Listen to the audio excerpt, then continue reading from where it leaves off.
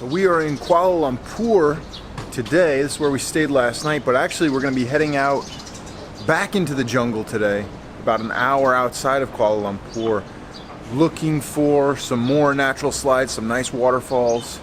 But I just want to give you a nice little taste of this area of Kuala Lumpur, because these old houses, I don't know the style, like not really a row house, but this old kind of traditional style house here. So it was only around $20 to stay right here in the heart of Kuala Lumpur.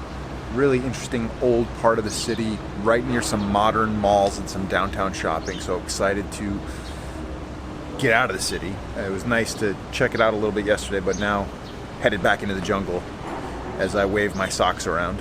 One of the things I will say I do like about KL is the movie prices. It's only $2.50 for a movie ticket. So actually, I think it was cheaper than that. It was like less than $5 US for both of us for a ticket. So super affordable, a lot cheaper than Thailand. And even like the popcorn and a soda was like $3 or something like that for both. So affordable movies here in a nice modern movie theater. Hey, buddy.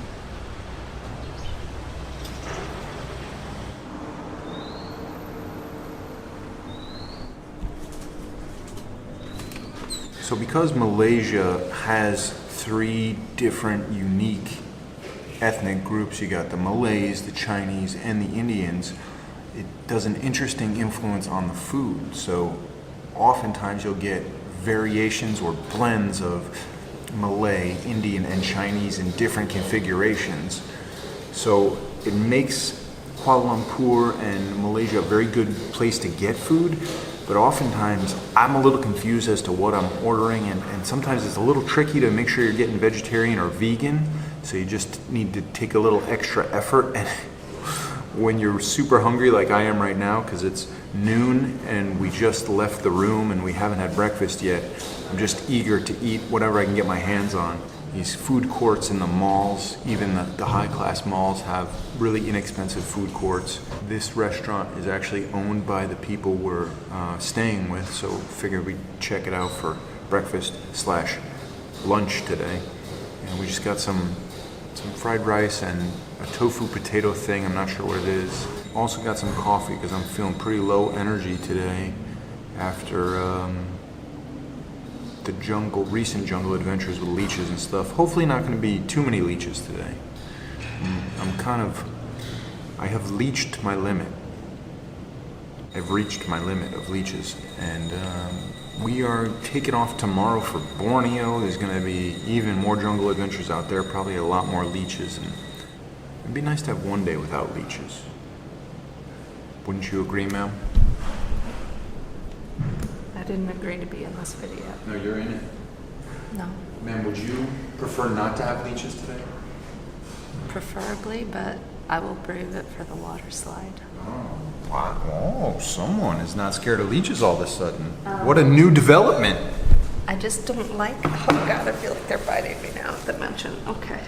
I especially don't like the tiger leeches. They're big, they have neon stripes, and they're so aggressive.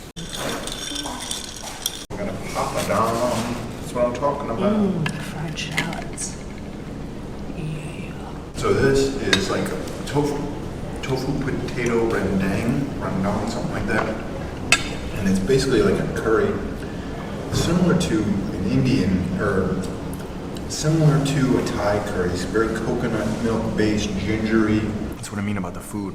It's Indian, but then it's got that like South Thai, that Malay flavor to it as well. So it's really unique, the Malay food here. Even if you get Indian food or Chinese food here, it's gonna have that distinct twist on it that you're not gonna find in China or India. So that awesome vegan brunch at Sarong Cookery here, we had the potato tofu thing, the fried rice, 2 white rice, 2 coffees. It was only less than $8 US. It was $27.90 ringgit. You know, for a sit-down restaurant, that's actually a pretty good price here. There's much more expensive places to go, and there's cheaper stalls that you can go to as well. So in terms of price, Malaysia has a big spectrum. You can do the 5-star luxury, but you can also do a pretty good budget backpacking trip as well. Like I said, our guest house, 20 bucks, around 20 bucks. And the only reason we went with that one, it's a little bit more expensive than the cheapest place we could find was about $15 or $16 for a hostel type situation with a private room and a shared bathroom. But they didn't have parking for the rental car. So that takes us to the next expense that I'm gonna talk about. So we got the rental car, the Proton here. It's a Malaysian car. It's a pretty low quality car. Get what you pay for. I mean, it runs, but if you can think of it like a Kia, a lower quality Kia, that's what the Proton is. But $20 a day for a rental car. And the reason why we got that is because we wanted to get out of the city. We wanted to get off the beaten track and check out places that people rarely go to. So $20 a day for a guest house, $20 a day for a rental car, $7 for a meal for two, including 2 coffees and extra rice. So, you know, you're looking at a moderate to low budget, expensive day here, around $60 a day for 2 people. It's food for 2 people, accommodations for 2 people, and the rental car. Probably do it for half that if you're a solo traveler. So in terms of other expenses, the only other expenses we've really come across are to get to into these waterfalls. The admission price is 1 to 3 ringgit. So 1 ringgit is about 25 cents to get in, and they don't really charge for parking, just admission. And you pay the 1 to 3 ringgit, so 25 to 75 cents.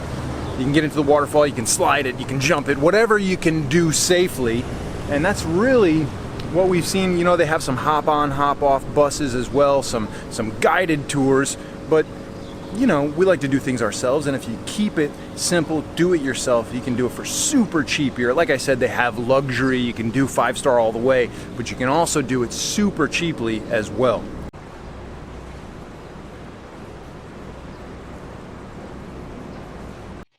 Infamous.